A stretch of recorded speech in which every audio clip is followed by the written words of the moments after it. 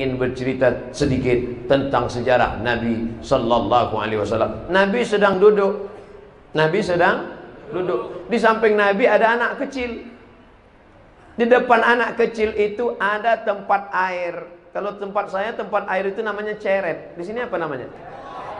Teko. Terserahlah. Apa namanya? Pokoknya tempat air. Ketika Nabi mau mengambil tempat air itu, Nabi permisi dulu ke anak kecil ini. Kata Nabi, saya ambil ya. Kata anak kecil itu, silakan ya Rasulullah. Apa maknanya? Akhlak Rasulullah SAW menganggap orang ada, melihat orang nyata. Manusia ini perlu dihormati keberadaannya. Jangan sampai menganggap orang ini nggak ada. Makanya saya kalau lewat di depan adik-adik, kawan-kawan, sahabat-sahabat, saya gini kan. Mereka itu ada, cuman mau disalami satu-satu waktu nggak cukup. Bapak Ibu, sehat ya. Ini kadang banyak juga orang ini kalau nenek-nenek. Kalau anak gadis sehat. Anggaplah manusia ini ada. Ketika Nabi SAW sampai ke kota Makkah, tahun ke-8 hijrah, pasukan yang dia bawa 10.000 pasukan. Lengkap dengan tombak, baju besi dan kuda. Saat itu musuhnya Abu Sufyan sedang menggigil ketakutan. Apakah dianggapnya orang itu tidak ada? Ada. Apa kata Nabi? Man dakhala baita Abi Sufyan fahuwa amin. Siapa yang masuk ke rumah Abu Sufyan, maka dia aman. Buat orang itu ada. Itulah makanya kalau sedang acara, yang saya hormati Bapak Kapolsek, yang saya hormati Bapak dan Ramil, yang saya hormati Bapak Fulan. Orang barat kadang nggak gitu, dia langsung naik, ladies and gentlemen, kepala beku ditempel semen. Tapi kita sebut. Dan saya karena tidak hafal, takut salah, saya tetap mengatakan para habaib, para alim ulama, para kiai, tokoh masyarakat, insya Allah tak dapat saya sebutkan satu persatu, semuanya dimuliakan Allah Subhanahu wa ta'ala. Amin. Kata jamaah, hormati orang, anggap keberadaannya, jangan sepelekan dia. Karena sekecil apapun orang, dia adalah makhluk ciptaan Allah Subhanahu wa ta'ala. Jangan pernah menyepelekan manusia.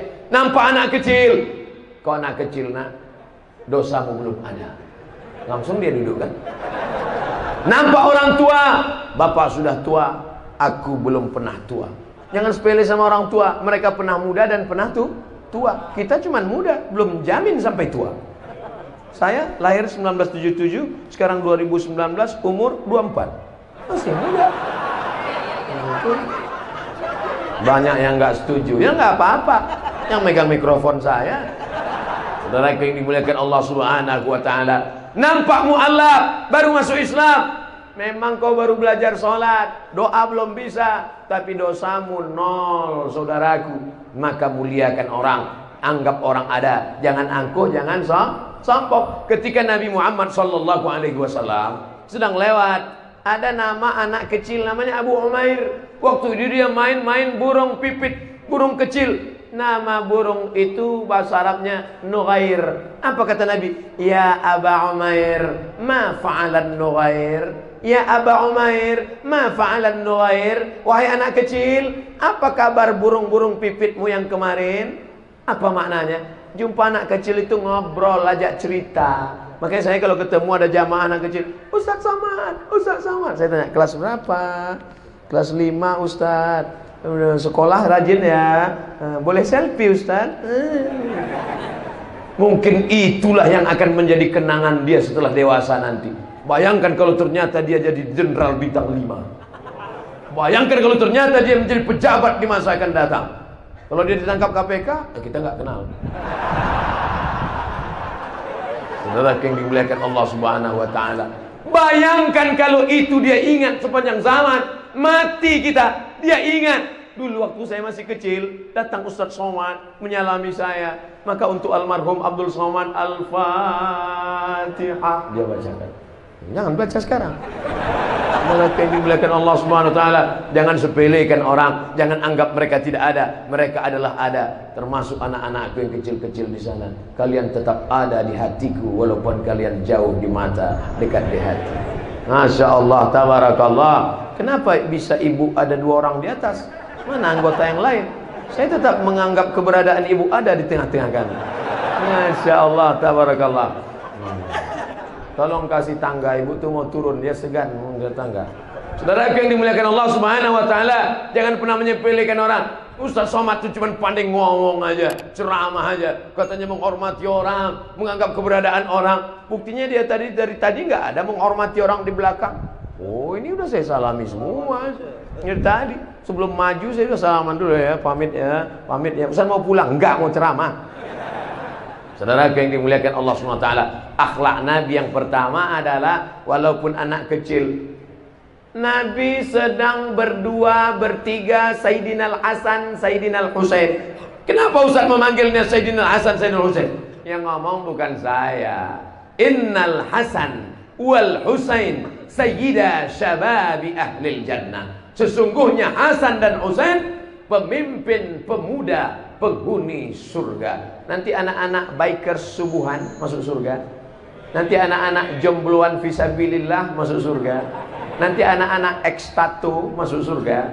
Anak-anak muda yang taubat hijrah masuk surga. Dan pemimpinnya adalah Sayyidina Al-Hasan dan Sayyidina Al-Husain. Pemimpin kalian. Kalau perempuan masuk surga, siapa pemimpinnya Ustaz? Sayyidatuna Fatimah. Inna Fatimata Sayyidatu nisa'i ahlil jannah. Fatimah pemimpin perempuan penghuni surga. Yang laki-laki siapa pemimpinnya Pak Ustaz? Sayyidina wa maulana Muhammad sallallahu alaihi wasallam. Bagaimana Nabi memperlakukan Hasan dan Husain? Dipeluknya, diciumnya. Ada seorang Arab Badui di samping Nabi. Apa kata dia?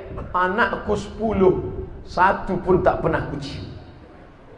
Lihatlah berapa kerasnya hati orang Arab Badui. Keras. Anaknya 10 laki-laki, 1 pun tak pernah diciumnya.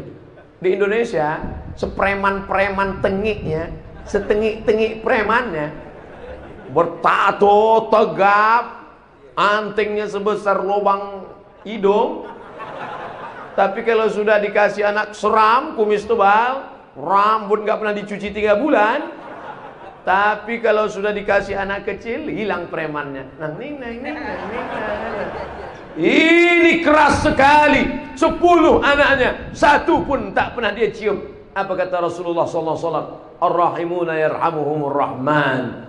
Yang sayang itu adalah disayang Allah. Kalau ada rasa sayang dalam hatinya, irhamu man fil ardi yarhamkum man fis sama. Kalau sayangi makhluk Allah yang di bumi, maka makhluk-makhluk di langit akan mengasihimu. Allah Subhanahu wa taala akan menyayangimu. Malaikat akan mendoakanmu.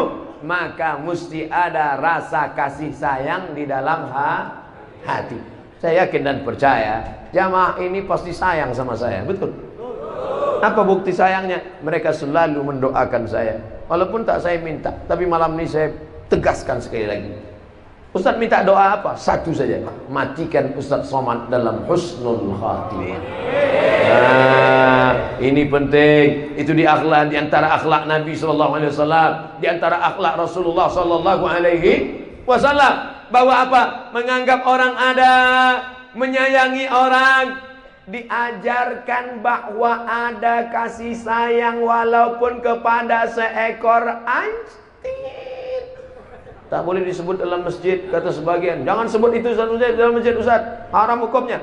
Kok ada kasih sayang dalam hati walaupun kepada seekor anjing. Seorang perempuan wanita tuna susila, nakal, jahat, kotor. Tapi kemudian ada matanya melihat seekor anjing. Mesin sensor rusak. Yang menjulurkan lidahnya kehausan. Mau minum gak bisa karena sumurnya dalam. Maka dia ambil sepatu bootnya. Dia masukkan air ke dalam. Dia tarik ke atas. Dia berikan kepada seekor anjing. Allah ampunkan segala dosa-dosanya.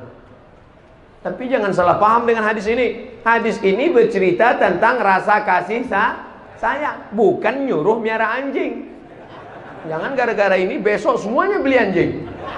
Tentang masalah anjing ada hadis yang lain. Maniqtana kalban. Siapa yang memelihara anjing, maka setiap hari pahalanya dikurangi sebesar Bukit Uhud. Bukit Uhud itu panjangnya 7 kilometer. Jadi setiap hari amalnya kurang 7 kilometer, 7 kilometer, 7 kilometer. Jadi kalau setahun amalnya berkurang sejauh hampir. Sementara amal dia satu hari sebesar bisul, dikurangi sebesar 7 kilometer. Jadi amal dia tiap hari min.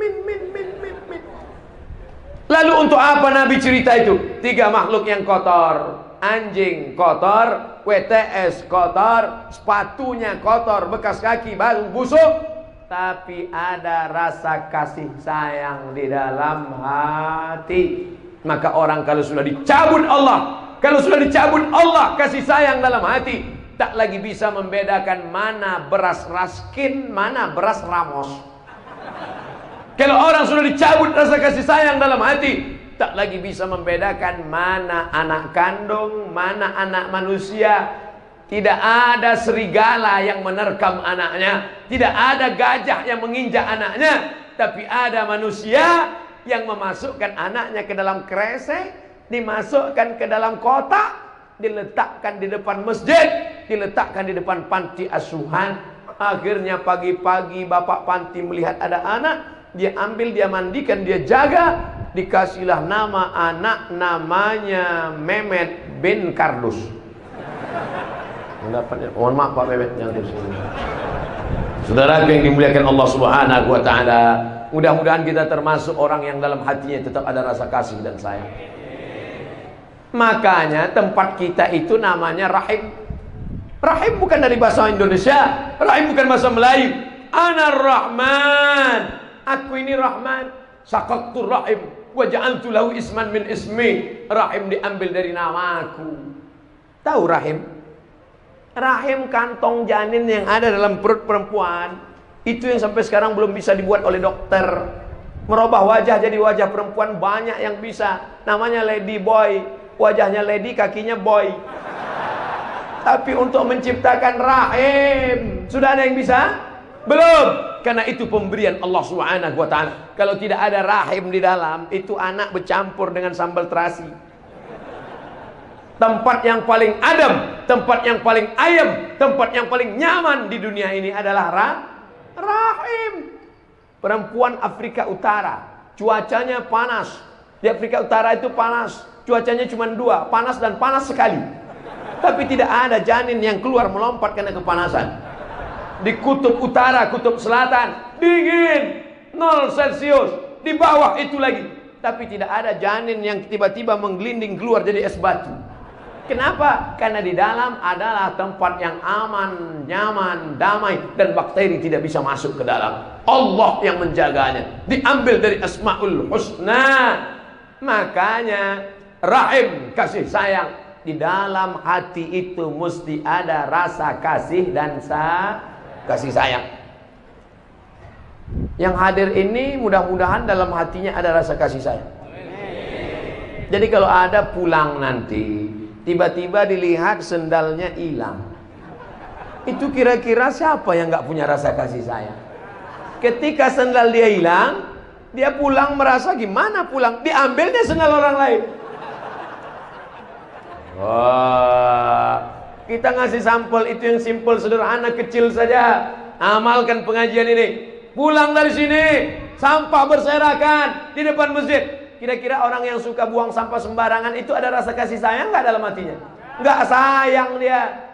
Bagaimana rasanya kalau besok pagi bangun melihat sampah? Apa kata orang? Ah, inilah gara-gara Abdul Somad Tabligh Akbar ini kan, Ustaz sampah itu kan. Makanya nanti pulang ambil sampah, buang. Sampah botol yang kita buang masuk ke dalam tanah. Berapa tahun dia baru hancur? 100 tahun. 100 tahun baru hancur dalam tanah. Bayangkan ada cacing yang gak punya mata. Dia sangka ini donat. Tiba-tiba plastik. Kata cacing, awas kau yang suka buang sampah sembarangan, sampai masanya akan tiba. Nah, begitu kau mati langsung diserbunya. Brownies siap katanya. Inilah yang dulu buang sampah sembarangan. Hari ini kau boleh tertawa saudaraku, tapi sampai masanya nanti waspadalah. Saudara yang dimuliakan Allah, boleh nggak menyakiti binatang? Diganggu sama lalat, tidur siang, diganggu sama lalat, tangkap, buang sayapnya satu, lepaskan, kasih tahu sama temanmu yang lain, rasakan akibatnya. Boleh. Siapa yang mengajarkan kita tidak boleh menyakiti binatang? Dia yang ada rasa kasih sayang dalam hatinya. Idza qataltum fa ahsinul qitlah. Kalau membunuh, bunuh dengan baik. Satu kali pukul, mati. Wa idza dzabhtum fa ahsinuz dzabha. Kalau menyembelih, sembelih dengan baik. Bagaimana cara menyembelih dengan baik? Falyuhidda syafratahu, tajamkan pisaunya. Ngasah pisaunya pun enggak boleh di depan mata kambing. Kambing dibaringkan, diasah pisaunya di depan mata kambing. Awas lo ya. Ntar lo ya. Kambing, binatang, hewan tidak boleh tersakiti. Apa kata Rasulullah SAW ketika melihat ada seorang laki-laki, dia baringkan kambingnya, dia asah pisaunya di depan mata kambing. Apa kata Nabi? Aturidu antumitaha mautatin. Apakah kalau mau buat dia mati berkali-kali? Kata Nabi, kalau mau ngasah, makanya telinga kambing itu ditarik untuk menutup matanya. Makanya telinga kambing itu panjang. Tarik telinga kambing untuk menutup matanya. Tutup. Kalau nggak ada juga, cari masker. Kalau nggak juga pakai tangan. Sorry my God, sorry my kambing, kupotong engkau. Wa ma arsalnaka illa rahmatan lil kambing. Wa ma arsalnaka illa rahmatan lil lalat. Lalat dapat rahmat, kambing dapat rahmat. Kenapa Ustaz tidak cerita tentang kemanusiaan? Sedangkan kambing saja mendapatkan kasih sayangnya, lalat saja mendapatkan kasih sayangnya, saja mendapatkan kasih sayangnya, apalagi manusia. Makanya seorang penulis dari barat menulis tokoh-tokoh dunia, tapi yang dia buat nomor satu adalah Sayyidina wa Maulana Muhammad sallallahu alaihi wasallam. Michael H. Hart, 100 ranking influential person in history. 100 ranking. Ternyata kalau habis makan bakwan lancar bahasa Inggris. 100 ranking tokoh manusia dunia, influential person, orang paling berpengaruh dalam dunia. Bukti nyata, kalau yang nulis itu orang Islam, biasa. Orang Islam nulis Nabi Muhammad nomor satu, biasa aja. Boleh jadi dia mau cari muka ke Nabi, mau minta syafaat nanti pas di akhirat, ya Rasulullah masukkan aku surga lah, dulu kau kan buat nomor satu. Tapi ini bukan orang Islam. Dia melihat apanya? Ada kemanusiaan dalam diri Nabi. Tapi aneh bin ajaib, malah orang Islam menjelek-jelekkan Nabi Muhammad SAW. Betul kata pepatah Arab, aduun aqilun khairum min sadiqin jahilin. Musuh yang merotak lebih baik daripada teman yang otaknya didengkul. Itu terjemahan bebasnya. Saudara yang dimuliakan Allah Subhanahu wa taala, kita bukan hanya bercerita tentang nabi kita, tapi kita mendidik anak-anak kita juga punya rasa kasih sayang seperti sayangnya Nabi Muhammad SAW. Amin. Makanya kalau pergi ke masjid, ambil uang 20.000, 10.000, 5.000, kasih ke anak kita. Kasih ke anak kita. Terima kasih papa, terima kasih beli pulsa main game ya. Jangan. Ini untuk apa? Nanti kalau ada fakir miskin kasih. Menanamkan dari kecil rasa kasih sayang. Ini kecil-kecil dibelikan mainan burung.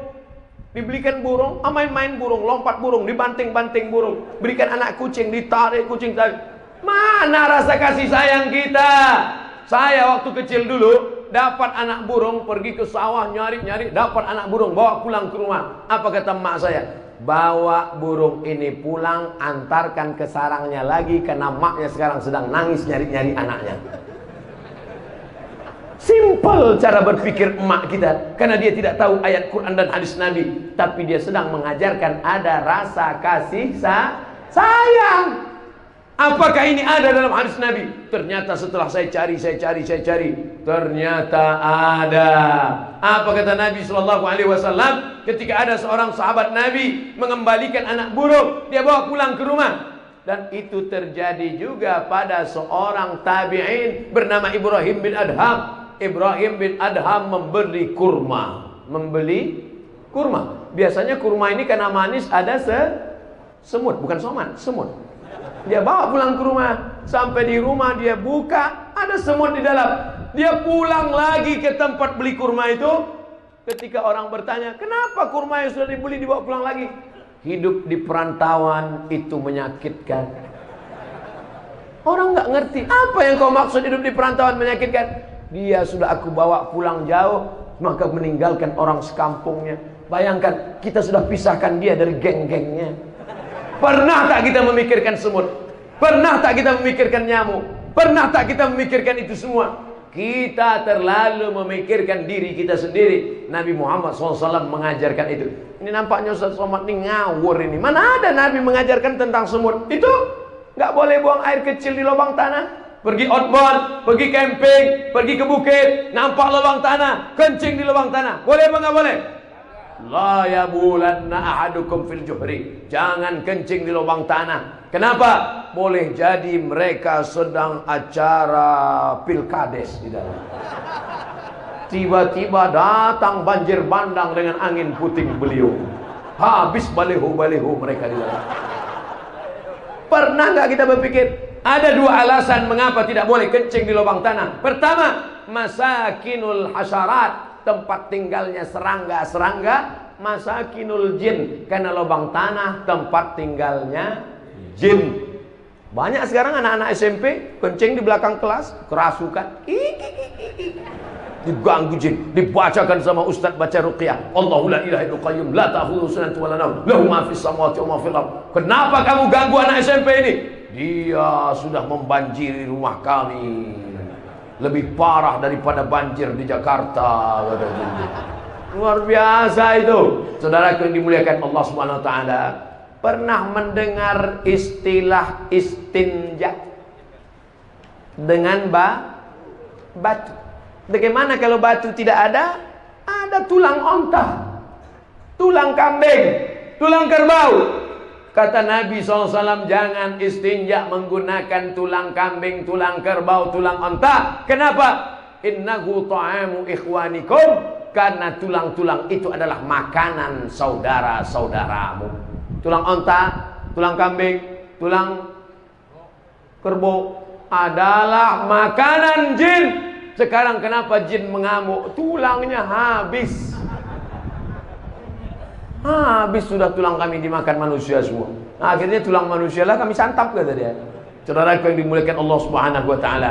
Jadi kalau berbicara tentang akhlak Nabi Muhammad SAW, poin yang ketiga, menganggap orang itu ada, merasakan kasih sayang manusia, dan kasih sayang itu menebar kepada seluruh makhluk. Itulah pesan dari Nabi Muhammad SAW.